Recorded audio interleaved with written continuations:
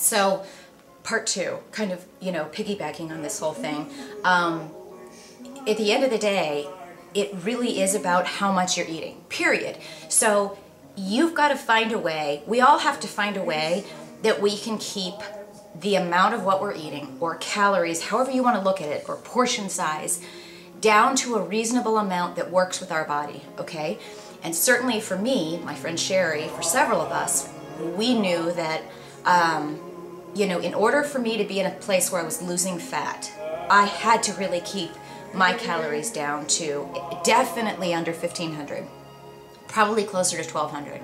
And what I found for me is that when I was going on a day-to-day basis and trying to say, you know, trying to squeeze in healthy food that was going to keep me full and yada yada, and squeezing, you know, everything in, it's very easy to get up to 1,200 calories, okay?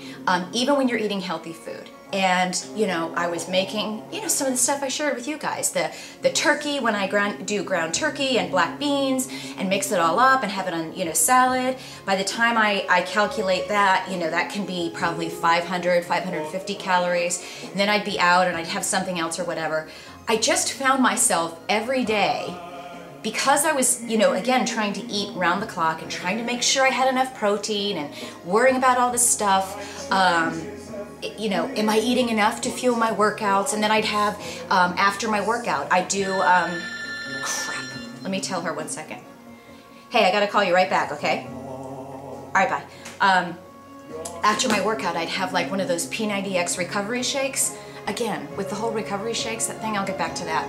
But you know, that's 250 calories. So then I'd be recording my calories at the end of the day, and I'm like, I'd forget that, and then I'd remember it and go, oh, great, okay, now I'm at 1,600 calories, and it'd be at night at 8 o'clock, I'm like, oh, I'm kind of hungry, you know? And it was just so easy to supersede, or exceed, I guess is the word I'm looking for, where I was trying to keep my calories. Every day I felt like I was a failure, and I wasn't seeing the results. So here I had started that first quarter of this year, and I had consistently worked out. You guys saw when I did my review. And every day I'm looking in the mirror and I'm seeing some results, but I'm like, wow, here I'm eating like, you know, turkey and egg whites and you know, healthy food, and, you know, of course, yes, there were some Krispy Kreme moments in there. I'm not drinking, I'm getting my sleep, and honestly, you guys, I felt like if this is my progress meter, it was like, You know what my progress meter is right now? It's like this. It's just smooth sailing. And my mindset is different. I mean, so many of you have written in and said that you've been able to see that, you know, my mindset is different, my attitude is different. I finally found a way, and that's what I'm saying, is that Eat, Stop, Eat for me, it just kind of brought all of this stuff that was already in my mind anyway, but it brought it to life for me, and it's helped me be able to eat reasonably. I don't worry about what I'm eating. I just eat what I feel like eating wherever I am at that moment. So if I'm here, yeah, I might be having tuna salad on lettuce with tomatoes. I like healthy food. I'm not looking for an excuse to go to McDonald's every day. But you know what? If I'm at an airport, stuck in an airport, and I haven't eaten all day, and I've been in meetings, sometimes my days go like that, you guys. Sometimes I hop on a plane, it's 7 in the morning, I get up to, say, Detroit. Okay, this is the last one I'm thinking of. I leave there, I get in a car, I go to a meeting, I go to another meeting, I go to another meeting, I go to another meeting. We might be at a bar where I could grab a sandwich or something. Sometimes I'm not. I'm hauling ass back to the airport, and maybe it's 7 o'clock, 8 o'clock at night. I haven't eaten anything, and I'm really hungry, and there's 2 or 3 places. But what if I'm at McDonald's? You know, in that time, I'm going to go ahead and I'm going to have McDonald's. Not because I'm binging, and not because I'm going to have McDonald's and then go to Hudson News and get 4 candy bars and say, okay, this is a cheat day, so I'm going to eat all I can up until midnight, because tomorrow I'm back on track and it's going to be really strict and I'm not going to eat anything bad for a week. Okay? We've all been there. We've all done that. And for me, eating this way, where nothing is off limits, you know, if I'm out and I want to have a piece of pizza, I'll have it. And yes, absolutely. If I'm out in a situation and I have, say a big piece of pizza, And that's kind of like my big thing that I have on Tuesday. Absolutely the rest of the week I'm going to try to balance that out. And I'm going to, try to make sure, hey, let's get some more salads in. Let's get some more, more healthy food in. I'm not going to be doing that every day. But guess what? The 1 week, so last week I think I worked out maybe 3 or 4 times, which was still a sucky week in my opinion. The week before that, that was the really bad crazy travel week, and I only worked out once. I am still losing weight every day. You guys, I put this on, and I told you guys, I always put my workout clothes on, I look at myself from the front, I look at myself from the back, and I can see, remember that pet peeve area, the area below my, the bra in the back? It's almost gone. I mean, those of us that wear a bra know that it's never really gone. You're always going to have some kind of a line if you're wearing that kind of a bra, and not like a bodysuit underneath stuff, but it's almost gone. And I just can't say it enough. So on one hand, there's a lot of you that have written and said, hey, Kelly, that's great for you, but what works for me is to eat, around the clock, and I like it, and I don't feel, denied, and I don't feel deprived. I guess that's the word I'm looking for. So I'm not saying that everybody has to try this, but I'm certainly going to keep sharing with you guys to let you know that it's helped someone like me who was literally mentally losing my mind, trying to diet and trying to do it the other way. Where every day I'm writing down my calories, and I felt like I was never getting it right.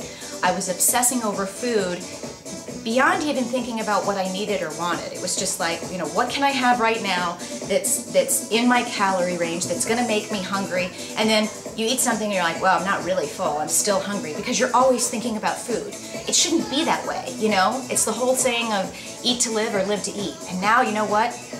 I'm eating to live, and I'm thinking about, I just don't think about food. It's gotten me to the point where I'm not sitting around thinking about food all day. When it's time to eat, whenever that is, okay? It might be time for me to eat at 1 o'clock. It might be time for me to eat at 3:30. And I'm fine. I'm absolutely fine. My workouts are great. I can work out even when I'm, in a fasted state. I have energy, I'm fine. Guess what? I don't do a recovery shake after my workouts, and guess what? I'm fine, I'm building muscle, okay? I'm not losing muscle, I'm not freaking out because I haven't replaced my glycogen after, after a workout. I mean, I keep, sometimes when people are asking like, oh my God, you don't have enough flax, you don't have enough fiber, you don't have enough calcium, all these things that we worry about. Hundreds of years ago, before we knew all of this stuff about what's good for us, what's bad for us, what helps with calcium, what helps with this, people just lived simply. And I was just saying this to someone yesterday. I'm like, do you honestly think these cavemen that were running around, got back from the hunt and said, oh my God, I've got to replace my glycogen, and make sure that whatever you give me is the perfect, it's gotta be, 60% carbs, 40% protein. Don't give me, gotta be low fat too, because I've got to replace my glycogen, and this is the perfect time. Don't give me too many, no, that's too much protein. Are you kidding me? Nobody felt like they needed to have this performance enhancing stuff that so many of us are obsessed with. Now granted, if you're competing, you're bodybuilding, all that stuff can absolutely help, okay? Muscle pump, super pump, I've been down that road, I've tried it, a lot of it tastes great. It's also a crap load of chemicals. Sorry, I have to make sure that I call this woman back. So I guess what I'm telling you is I put a lot of thought and I dare I say research, kind of like my own research, into asking different people, what they're doing, why are they so calm, cool, and collected? Why are they able to stay slim and not freak out like I was? And the Eat Stop Eat thing, even though I have to tell you guys, I'm not necessarily doing 2 full fasts every week, but it's changed the way I eat every day. Every day now I eat so much less. I'm eating whatever I want. If it happens to be that it's a whole wheat sandwich with turkey one day and it's carbs, I'm eating it, and I don't feel bad about it. I'm losing weight more easily, excuse me, than ever before, than in probably the past year and a half. I went in over the weekend and I was scared to do it. I pulled out the pants that were tight on me last fall, the pants that I pulled on where I was like, literally, I was so shocked at how tight they were on my butt and my thighs, and I was looking in the mirror, and pants can be snug on you, but you could still wear them. You know what I'm saying, ladies? But these pants were so tight on me that they didn't fit right. I couldn't walk out of the house with them. Of course, that's with me. Somebody else might have been like, it looks fine. I'm at 10 minutes. But all that to say, they're loose, and I'm happy.